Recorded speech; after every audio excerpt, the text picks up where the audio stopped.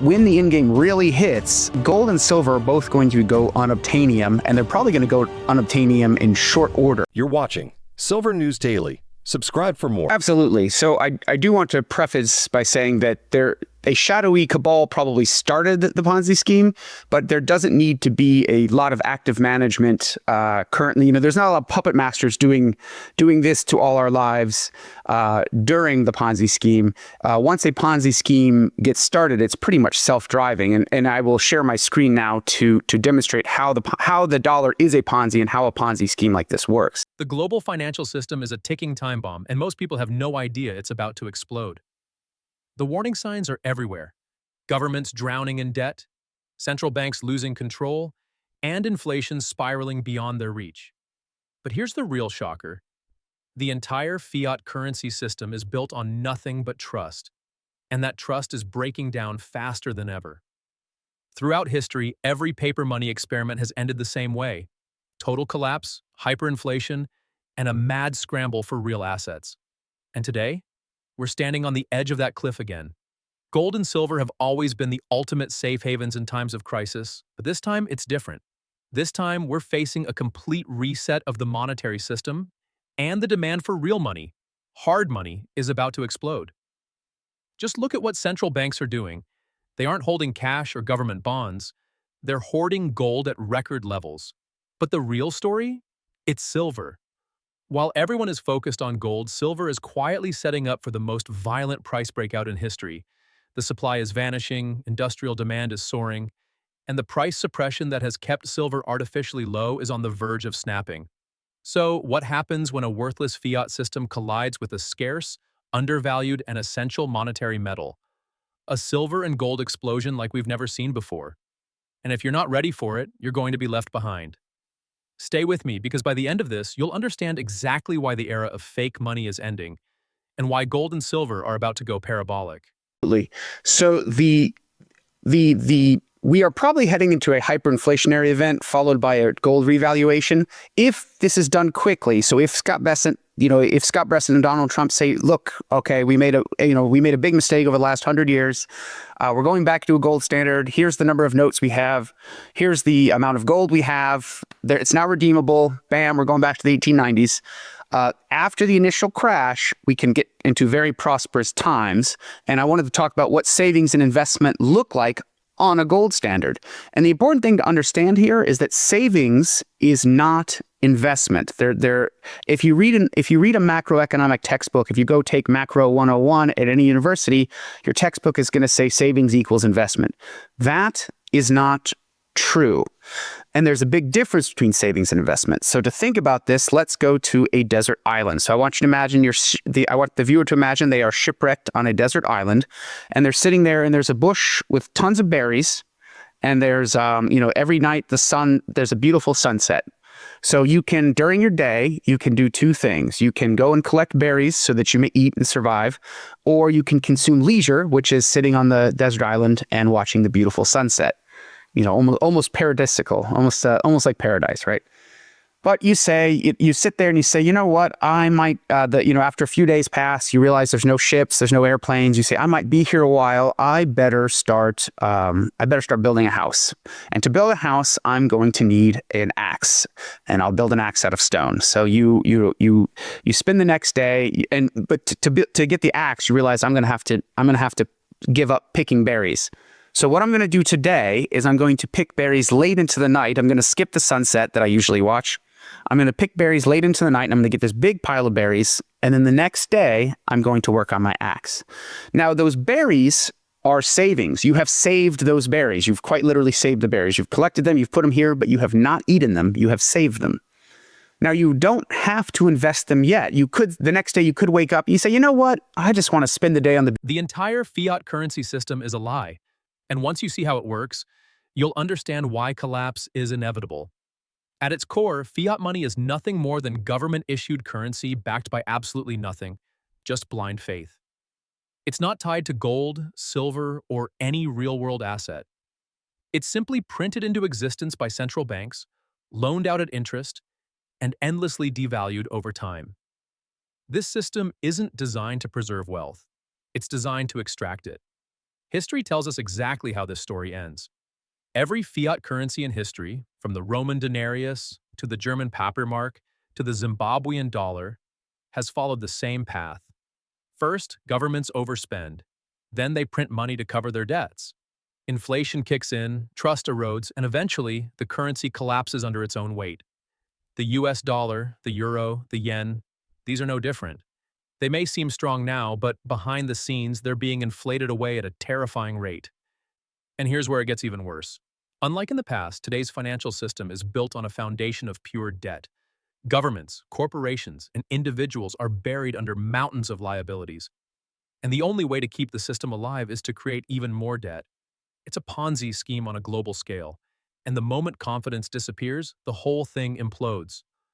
This is why the smart money is moving out of fiat and into hard assets. Central banks aren't stockpiling cash. They're hoarding gold. Billionaires aren't trusting their wealth to paper. They're buying silver mines. And yet, the average person is still being told to save in dollars and keep their money in banks. But what happens when those dollars become worthless? What happens when that safe bank collapses overnight? The warning signs are flashing and the window to prepare is closing fast. Because when fiat finally crumbles, only those holding real money, gold and silver, will have any wealth left standing. Okay, so every time up to this point, we've still been on the inflationary system, and the inflationary system does feed itself. It does buy the politicians. You're right about that. So the politicians are there with the next stack of legislation, the next Dodd-Frank Act or whatever. What I'm talking about is the actual end game. It is the death of the dollar, and then the power is gone. The system can no longer feed itself. The black hole, collapses in on a black hole collapses in on itself into nothingness, I guess. Now, and you are absolutely right. There is a petty level of dishonesty at every step of this. There's people, and it's cowardice too, right? The FDIC doesn't want to admit that they cannot possibly bail everybody out because their entire thing is we are the agency that will bail everybody out, but they can't do it. So they're not going to. They're going to be cowards. But my point is, there's no real mastermind at the very top who is brilliantly orchestrating all this. This is just a Ponzi, and the people at the top they're just kind of elbowing each other out of the way so they can gorge themselves at the money printer. That's what the fight's about. That's when the elites are fighting. That's what they're fighting about. Inflation isn't just rising, it's accelerating, and history proves what comes next. Hyperinflation. This isn't some distant threat, it's already happening in economies around the world. Currencies are unraveling, purchasing power is vanishing, and governments are doing exactly what they've always done in times of crisis, printing even more money. But here's the terrifying part. This time, there's no way out. Look at the warning signs. In Argentina, inflation has soared past 200% annually, wiping out savings overnight. In Turkey, consumer prices have doubled in just a few years. Even in so-called stable economies like the US and Europe, inflation is eating away at wages and savings at a rate we haven't seen in decades. And yet, central banks are pretending they have it under control. They're raising interest rates, claiming they can fight inflation, but the reality is simple. They can't stop it without triggering a catastrophic financial collapse. The debt burden is too massive, the money supply too bloated. Any serious tightening would break the entire system, and that's exactly why they'll keep printing. Every time a crisis hits, their answer is the same: more stimulus, more liquidity, more debt. The 2008 financial crisis? Trillions in bailouts. The 2020 pandemic? Even more trillions printed out of thin air. And now as the economy slows and markets tremble, the calls for more money printing are getting louder. The problem? This cycle never ends. Every new dollar created steals value from the dollars already in circulation. The more they print, the less your money is worth. This is why hyperinflation is the end game. History proves that once inflation crosses a certain threshold, confidence collapses, and the spiral becomes unstoppable. Prices don't just rise, they explode. Savings become worthless. Paper money turns into confetti, and the only assets that survive? Gold and silver. Throughout every currency crisis in history, these metals have been the ultimate refuge. They don't require trust, they can't be printed, and when fiat collapses, they become the only form of real money left. And right now, we are closer to that tipping point than ever before. The question isn't if hyperinflation is coming, it's how soon. Talking to friends like, oh, Mr. Madoff, he's generating 13% returns, rain or shine. And people say 13% in this economy? Amazing. How can you get me in touch with this guy, right? So the Ponzi feeds itself. And there's a big difference. There are billionaires sitting at the top of our economy, and they are benefiting from it. They are benefiting from sitting close to the money printer, basically. It's called the Cantillon effect. But that doesn't mean they're actively managing this. They're really just kind of sitting there. They're like the black hole or the Kaiser Bank. They're just kind of sitting there and just like letting the wealth fall into their black hole. And the real fighting, the fighting among the elite is just jockeying for position to get close to the money printer. There's no one controlling it except to hit the print button. All they need to do is hit the print button on the money, and this Ponzi scheme keeps going until we get into the hyperinflationary scenario. So, and this is the conclusion of what I'm trying to say here. Once this Ponzi blows, we're not going to immediately move directly into another Ponzi scheme. It is impossible. A blown Ponzi is a blown Ponzi. People say, oh, we're broke. That was a big mistake. We shouldn't have done that. Some laws get passed where we, pretend that we're never going to get into another Ponzi ever again. And it's a few generations until, something like that ever gets going again. There is no more wealth to extract. The wealth has been extracted when the Ponzi blows because everyone's broke. So a lot of people are saying, oh, they're going to run us into this new system where we're going to have a CBDC, or we're going to have, total government control of your very thoughts, and we're never gonna get out of this. That's not true. This is a Ponzi scheme, and when it blows, we will be free, but we will be very, very poor as a people. While the public is distracted, central banks are making their move, hoarding gold at a rate we've never seen before.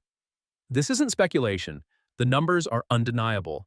In just the first quarter of 2024, central banks bought a record 290 tons of gold. That's not just a trend, that's a global shift. But the real question is, why? Why are the institutions that control the financial system dumping fiat and loading up on gold? The answer is simple. They see what's coming. For decades, central banks have played a double game. They've told the world that fiat money is stable, that inflation is under control, that gold is a barbaric relic. Meanwhile, behind the scenes, they've been buying up physical gold like their survival depends on it. And guess what? It does. Because when fiat currencies start failing, gold is the only form of money that doesn't require trust. Look at China and Russia. These countries are aggressively accumulating gold, reducing their dependence on the US dollar, and preparing for a world where fiat no longer holds power. China alone has been stockpiling gold every month for nearly 2 years straight, while Russia has completely de-dollarized its reserves. Even Western central banks, who have downplayed gold for years, are now quietly reversing course. Poland, Turkey, and even the Bank of England are increasing their gold reserves. And here's the kicker. This isn't just about central banks. Billionaires and institutional investors are following the same playbook. From Ray Dalio to central banking insiders, the wealthiest and most well-connected people on the planet are moving into gold before the crisis fully unfolds. But the real opportunity isn't just gold, it's silver. Because while gold is being stockpiled at record levels, silver remains artificially cheap and massively undervalued. So, what do they know that the average person doesn't? Simple. The fiat system is breaking, and when the dust settles, those holding real money, gold and silver, will be the only ones left standing. Because they're standardized. It's a standardized weight, and it has it printed on it. You probably won't be able to find that in any large quantities. So you're probably going to have to go with weird things like copper wire. However, copper in any form is money. And so they're going to have to, and what I would say, tell them to rush out with their currency, because they're going to be dumping their currency anyway. This is a hyperinflationary event we're talking about. I'm going to say rush out. Home Depot might still be technically open. They're going to be looting the store, but rush out and grab copper. So go, get as much copper wire as you can from Home Depot and try and check it out. And, ignore the lumber, because people are going to be trying to, when a currency is getting dumped, people are literally trying to buy anything. But if you can focus on copper, you can actually get your hands on some money. Now, it's not going to be a lot. I'm thinking if you, let's say you have $10,000 right now, you might only be in the in-game, you might only be able to get a couple $100 worth of copper in today's dollar pricing. But a couple $100 of money is the difference between eating and not eating in a hyperinflationary crash. That way you don't have to, sell your precious, you sell your Lamborghini, sell your, sell your personal aircraft, sell all your other stuff. You can actually have, food on the table. So that's what I would recommend everyone go to. And like I said, it's definitely not gonna make you rich at that point. This is just about it will absolutely stop the hemorrhaging. So your monetary bleed will stop if you can get what you want into copper. But again, the market's going to figure this out really soon too, because copper is also going to skyrocket and probably become unobtainium at the very end as well. But there is so much copper out there, and it's in so many different shapes that you probably can get some. I'm thinking, I'm just spitballing advice I can give to people. I'm thinking you could probably get some copper, and that will save what's left of your purchasing power. Gold is grabbing headlines, but silver is the real sleeper, quietly setting up for a historic breakout. While most investors overlook it, silver has something gold doesn't: an explosive combination of monetary and industrial demand. And right now, both are surging. Let's start with the monetary side. Silver, like gold, has been real money for thousands of years. But unlike gold, it's still trading far below its inflation-adjusted highs. In 1980, silver hit nearly $50 an ounce. Adjusted for today's dollar, that's well over $150. Yet silver right now, sitting at a fraction of that price. That's not just undervaluation. That's a time bomb waiting to go off. And when fiat currencies fail, silver follows gold's lead, but historically with even more violent price action. But here's where things get even more interesting: industrial demand. Unlike gold, silver isn't just a store of value. It's an essential component in the modern economy. Solar panels, electric vehicles, 5G technology, medical applications. Silver is irreplaceable in all of them. And demand is soaring. The solar industry alone now consumes over 20% of global silver production, and that number is climbing fast. Governments worldwide are pushing for net zero emissions, and with that comes a surge in solar energy, electric cars, and infrastructure spending, all of which require massive amounts of silver. But here's the problem: there's not enough silver to go around. Mining production has struggled to keep up, and silver deficits have been growing for years. Unlike gold, which is mostly recycled, silver is consumed in industrial processes, lost in landfills, and rarely recovered. That means supply is tightening at the same time demand is hitting record highs. And that's before we even talk about silver's price suppression. Banks and institutional traders have spent decades artificially suppressing silver prices through paper contracts that don't reflect the true physical market. But when the physical supply crunch hits, that suppression will break. And when it does, silver won't just rise, it will skyrocket. This is why silver isn't just another commodity. It's an asymmetric bet on the collapse of fiat, the explosion of industrial demand, and the inevitable return to real money. And right now, it's the most undervalued asset on the planet. Yes. So copper is actually the primordial money. It is the first money. It is the first metal money of mankind. Before that, we were using, they were using seashells and other weird things, right? Copper is the first, when they first heated up the rocks and this stuff melted out, and they said, hey, we can shape this into things we want. It was copper, and copper became the first money. Now, copper is still a money. However, it is not a precious metal, because it's far, far too abundant. So it's not monetarily dense. So for people that are stacking right now, it doesn't really make a lot of sense to stack copper. I mean, maybe if you want a little bit of copper to buy a sandwich in the end game, that's fine. But, it takes up so much space because it's monetarily just not very dense at all, that it doesn't make any sense for somebody now who can afford gold and silver to stack copper. However, when the in game really hits, gold and silver are both going to go unobtainium, and they're probably going to go unobtainium in short order. And so you're going to get, everyone that's, ever advised your friends, hey, you might want to stock a little silver and gold, or your family, right? And they all said, oh, you're a kook, you're not. And we've all, I know you've had it done again. I've had it too. I've had family members that say I'm a kook, I'm a nut, I'm a crackpot. I have no idea what I'm talking about. And those people are going to suddenly realize that they are wrong and their investments are fake. As I said before, as I explained before, the investments are not real. The savings are not real. So they're going to rush to you. They'll say, Phil, what do I do? Or Dunnigan, what do I do? And you want to help them, but gold is literally unobtainium. You cannot find it anywhere. You're going to have to sell your house to get a little bit of it. So what can you tell the people to do? And I would advise the viewers to tell your friends and family to look for copper in any form. So copper pipes, copper pots and pans, gold, copper coins and copper bars are more efficient. While the West clings to the illusion of dollar dominance, the rest of the world is quietly preparing for its downfall. The BRICS nations, Brazil, Russia, India, China, and South Africa, are spearheading a financial revolution that could dismantle the dollar's grip on global trade. And at the center of it, gold and silver. For decades, the US dollar has been the backbone of international commerce.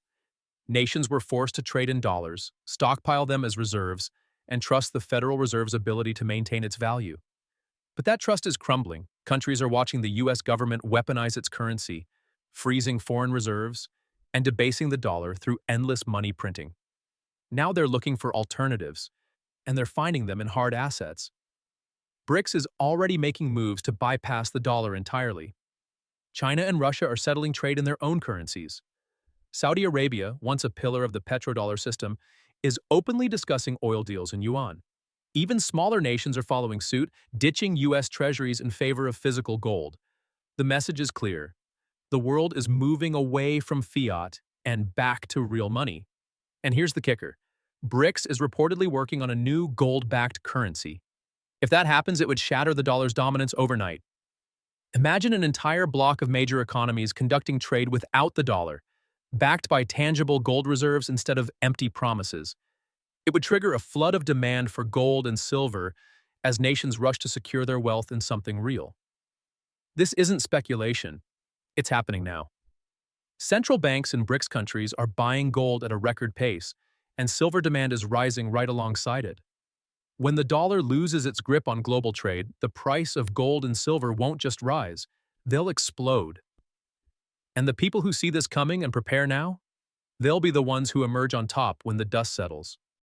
Stackers are saving in the money good. So they're thinking, I will use these money goods to trade. And I don't have a preference. I think a little bit of stacking, a little bit of prepping is both good in both ways. I think some people maybe are overdoing it on the prepping side. However, I could always be wrong, in which case, that will be a very painful lesson for me and not for the people who have prepped. So on an honest money system, if you think about what happened in the 1890s, workers would go and work the day. They'd get their wage in silver and gold, and they would take it home, and they would just keep it, right? The standard blue collar or lower white collar worker was not involved in the stock market. They did not have large stock portfolios. They just had savings. They had literal physical savings in precious metals, and sometimes they would save it in a bank, and sometimes they would save it at home. A good mix. Investing in an honest gold standard, investing is a tool for experienced participants in specific projects. So if you have a cousin who says, I want to open a bakery or a butcher shop, give me some of your money now, and I'll give you, I'll pay you back with interest, or I'll give you a cut of the profits, or you can come work for me in the butcher shop, whatever, right? That's an investment. But most people will not invest in these, a large 401k with a broad stock and bond portfolio in markets that they have no experience in whatsoever. You will just, if you want to save, you will simply save. You don't need to invest. And if you want to invest, you'll find specific projects that you want to invest in. You will not participate in the broader stock market itself. There will be people who do that, but the average person, there's no need to. You can save without investing. One of the biggest indicators that silver is primed for an explosive move is the gold to silver ratio, a powerful tool that tells us when silver is historically undervalued. And right now, that ratio is screaming buy. Here's what you need to know. The gold to silver ratio measures how many ounces of silver it takes to equal the price of 1 ounce of gold. Historically, this ratio has averaged around 40 to 1, but in recent years, it's been hovering near 80 to 1, meaning silver is trading at half of its historical relative value to gold. And every time the ratio has reached these extreme levels, silver has followed with massive gains. Look at history. In 1980, when silver rocketed to $50 an ounce, the gold to silver ratio collapsed from 40 to 1 to 15 to 1. In 2011, when silver surged to nearly 50 again, the ratio dropped from over 80 to 1 down to 30 to 1. And today, we're sitting at nearly the same extreme levels as before those massive silver rallies. This is the setup. Gold is already moving, central banks are hoarding it, and inflation is raging. That means silver isn't just undervalued, it's positioned for a slingshot move that could send it skyrocketing. Because when gold moves, silver always follows. But it moves faster, harder, and with greater percentage gains. But here's the catch. Once silver starts to run, it moves violently. In 1980, it went from under $6 to nearly 50 in months. In 2011, it climbed from $9 to almost $50 in just 3 years. This isn't speculation. This is history. And with the gold to silver ratio at historic highs, the setup is clear. The real question is, when the ratio snaps back, where will silver land? Will it stop at 50? Will it push past its inflation-adjusted high of 150? Or will the complete breakdown of the fiat system send it to levels no one thought possible? One thing is certain, silver is massively undervalued, and when this ratio corrects, the price action will be unlike anything we've seen before. So we have the Federal Reserve here, and we have Kaiser Bank, a bank I have picked out at random. But wait. Rick Rule always said, he said, Dunnigan, if you start printing Dunnigans in the basement and passing them off as currency, you'll probably go to prison. But he says, but the Fed does that all the time. They're printing dollars all the time and passing them off as money. So go ahead. Yes. Oh, we're gonna get into that. Don't worry. And we're gonna simplify this model and just have a single interest rate of 10%. And so the Joe six-pack used to have gold, and then in 1933, the Federal Reserve seized all the gold. So they used to have gold as their assets. The Federal Reserve seized the gold and moved it over here, and they printed $100 in their liabilities. Now, and I do want to say to the viewer, I'm going to make this as absolutely entertaining as I can. However, this is a spreadsheet, so I do beg your patience as I get through it, but it's very important to explain how the dollar Ponzi system works. So the Federal Reserve, the US government seized all the gold, put it in Fort Knox, and generated notes off of that gold. And they said, these $100 represents this gold, and here you go, Joe Sixpack. You may have these notes. So they went to banks. The Federal Reserve went to the banks. They said, look, we do not want people to actually withdraw this gold. So we need to keep them chasing dollars. We need everyone to be chasing dollars no matter what. So we're going to engage in a fractional reserve banking system. So let's go into how a fractional reserve banking system works.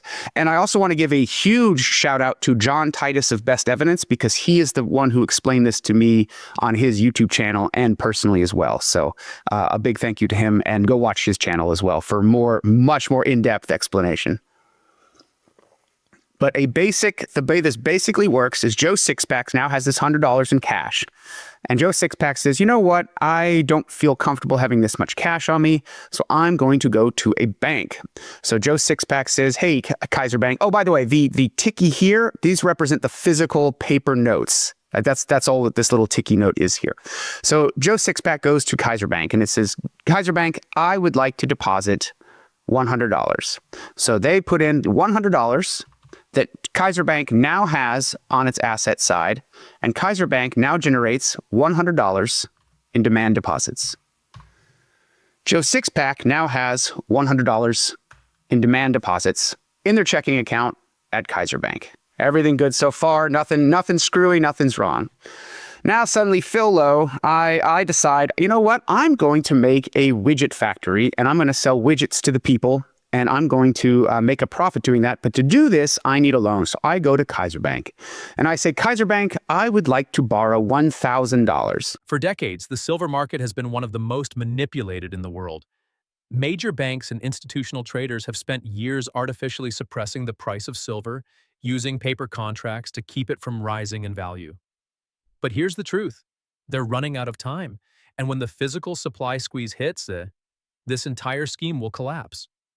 Let's break it down. Unlike gold, which is mostly stored and reused, silver is constantly being consumed. Every year, the demand for silver in industrial applications, technology, and investment outstrips new mining production. That means silver supplies are getting tighter by the day. Meanwhile, major banks, especially JP Morgan, which has paid billions in fines for manipulating the precious metals market, have been using paper silver contracts to keep prices artificially low. These contracts allow them to sell silver they don't actually own, flooding the market with fake supply. But here's where things get dangerous for them. More investors and institutions are demanding physical silver, not just paper contracts. The COMEX vaults, where much of this paper silver is supposed to be backed by real metal, are seeing record drawdowns. Premiums on physical silver are rising because supply is drying up. And once investors realize that most of the silver owned on paper doesn't actually exist, the panic to secure real metal will begin. We've seen glimpses of this before. In early 2021, during the silver squeeze movement, demand for physical silver surged, and premiums skyrocketed. Dealers ran out of stock. The entire supply chain was stretched to the limit. That was just a small taste of what happens when people try to take delivery of their silver instead of accepting paper promises. The banks know this. That's why they're desperately trying to keep silver prices down, because when the real squeeze comes, the price suppression game will end overnight. And when that happens, silver's price won't just rise, it will explode, leaving those still holding paper contracts empty-handed. This is why owning physical silver is so critical. The moment this system breaks, there won't be time to react. The people who prepared early will be the ones who benefit from the biggest short squeeze in silver's history. This is a demonstrable Ponzi scheme, and you can actually see how the Kaiser Bank sucks the wealth out of the people, because the wealth is constantly being drained out of the system and into Kaiser Bank. It's just sitting there like a black hole, or that creature in Star Wars with it the Luke Skywalker falls into. It's just like a pit where everything just sucks in and nothing can get out. There's no one really a Ponzi scheme takes some skill to get going. If you go back to originally Charles Ponzi, right? He did have to get on a soapbox and say, I got this wonderful new system that's, I have this black box theory, and it's going to, generate all this wealth. You just give me your money and I'll get you, the real estate in Louisiana, or whatever it was that was the carrot of his Ponzi. I'm going to generate lots of returns for you. Once the Ponzi gets going, he actually didn't have to do very much, because the people that were in the Ponzi started telling all their friends. And the same thing with Bernie Madoff, right? Bernie Madoff, his whole shtick was people would come to him, he got word out that he was like generating these returns that seemed a little better than the market. So people would come to him and they'd say, oh, Mr. Madoff, my friend here says that you can generate returns, these specific returns. I'd like to invest my money with you. And Bernie Madoff would always say, this is what he would always do. He would go, you know what? I already have a good list of clients. Tell you what, give me your business card. I'll think about it. But honestly, I'm very happy with where I am right now. So, maybe, I'll think about it, and he kind of brush them off. Now he would always take them. He would always call them in a couple days, say, you know what? I decided I will take you after all. But he would always pretend, he would always let them sweat and stew for a few days. So they felt extremely grateful once they got in. But he didn't have to do beyond that, he didn't have to do anything. He never advertised. The victims of the Ponzi's were the ones who were the biggest propagators of the Ponzi. So, the little old lady was sitting. For decades, the silver market has been one of the most manipulated in the world. Major banks and institutional traders have spent years artificially suppressing the price of silver, using paper contracts to keep it from rising in value. But here's the truth. They're running out of time. And when the physical supply squeeze hits, this entire scheme will collapse. Let's break it down.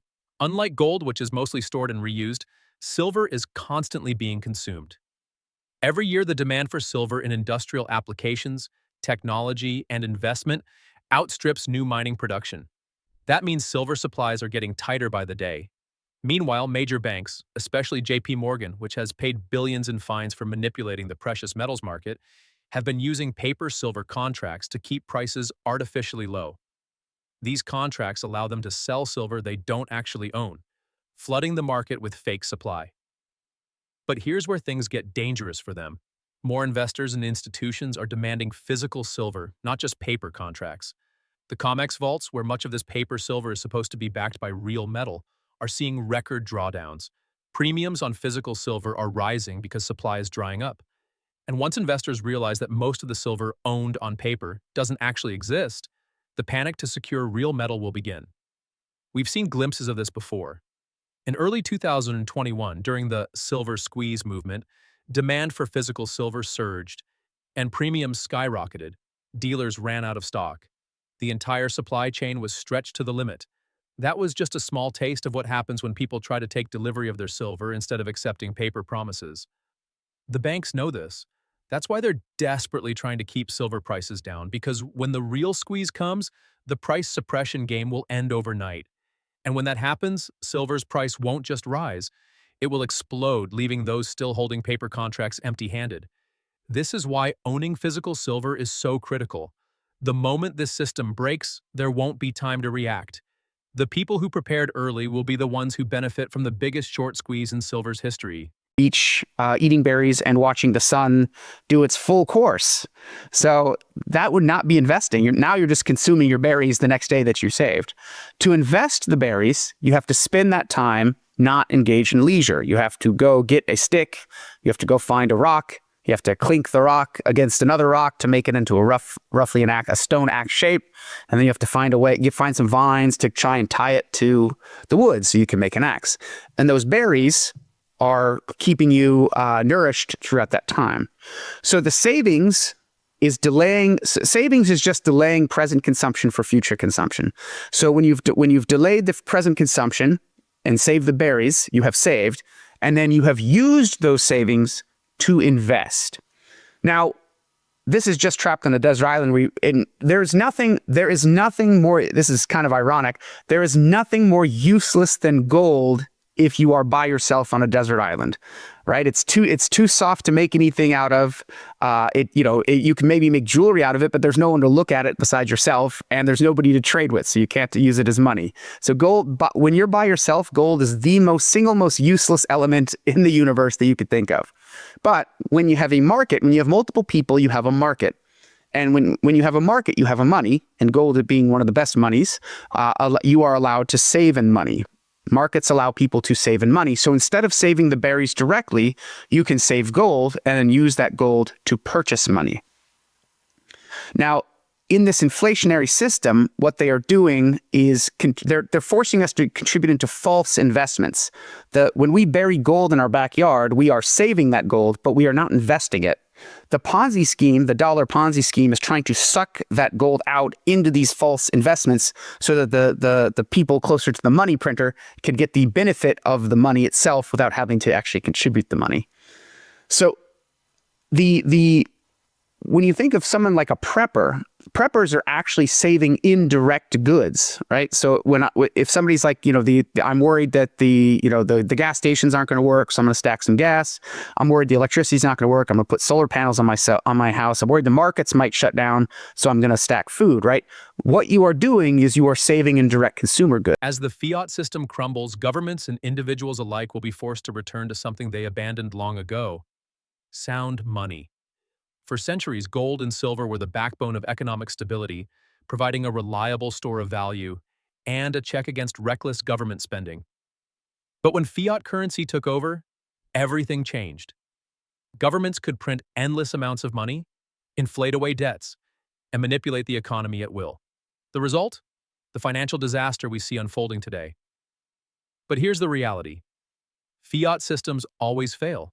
And when they do, economies return to the only form of money that has ever truly worked: gold and silver. We're already seeing the first steps of this transition. Countries like China and Russia are accumulating gold at record levels. The BRICS nations are discussing gold-backed trade settlements. Even in the US, states like Texas and Utah are passing laws recognizing gold and silver as legal tender. These are not coincidences. These are the first cracks in the fiat system. And it's not just governments. Savvy investors and billionaires are dumping cash and moving into hard assets. The banking system is becoming increasingly unstable, and trust in financial institutions is eroding. When confidence in fiat disappears, the rush into gold and silver will accelerate, and those who saw this coming will be positioned for the biggest wealth transfer in history. But here's the key. This shift won't be gradual. It will happen all at once. When the next major crisis hits, governments will have no choice but to return to real money. Whether it's through a gold-backed currency, digital assets tied to physical metals, or a complete collapse of confidence in fiat, one thing is clear.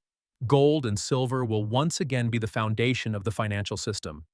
And when that moment arrives, those who prepared early will be holding the only assets that truly matter. The writing is on the wall. The age of fiat currency is coming to an end, and those who don't see it will be left scrambling when the collapse finally hits. Central banks, billionaires, and entire nations are quietly positioning themselves for what comes next. They're not betting on dollars, euros, or yen. They're betting on gold and silver. We are witnessing the greatest monetary shift in modern history. The fiat Ponzi scheme is unraveling, inflation is spiraling out of control, and the institutions that built this system are losing their grip. Every single sign, record central bank gold purchases, silver shortages, rising physical demand, points to one conclusion. Real money is making a comeback. And when it does, silver and gold will surge to levels few can even imagine today. But by the time the headlines catch up, it will be too late. The opportunity to secure real wealth is right now.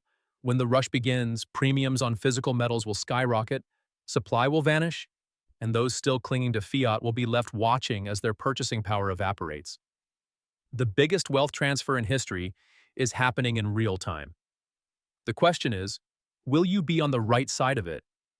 Make sure you stay informed, stay ahead of the game, and as always, remember, this is not financial advice. Do your own research and speak to a professional before making any financial decisions.